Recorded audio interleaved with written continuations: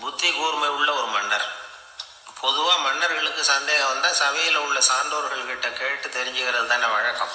ஆனால் இங்கே அப்படி இல்லை. மற்றவங்களுக்கு சந்தேகம் வந்தால் மன்னர்கிட்ட வந்து கேட்டு தெரிஞ்சுக்குவாங்க. அது மாதிரி கேட்டு தெரிஞ்சுக்கிறதுக்காக ஒரு பெரியவர் ஒரு நாள் வந்தார். அவர் கையில் 3 பொம்மைகள் வச்சுருந்தார். 3 ஒரே மாதிரி பொம்மைகள், கொஞ்சம் கூட வித்தியாசம் தெரியல. ஏது இந்த பொம்மைன்னு கேட்டார் மன்னர். எனக்கு வேண்டியப்பட்ட ஒருத்தங்கிட்ட இருந்து இதை வாங்கிட்டு வந்திருக்கிறேன். நான் தான் அவன்கிட்ட இந்த பொம்மையை செஞ்சு கொடுக்கும்படியா கேட்டுக்கிட்டேன். அவன் ரொம்ப புத்திசாலி, அவன் தான் இதை செஞ்சு கொடுத்தான்.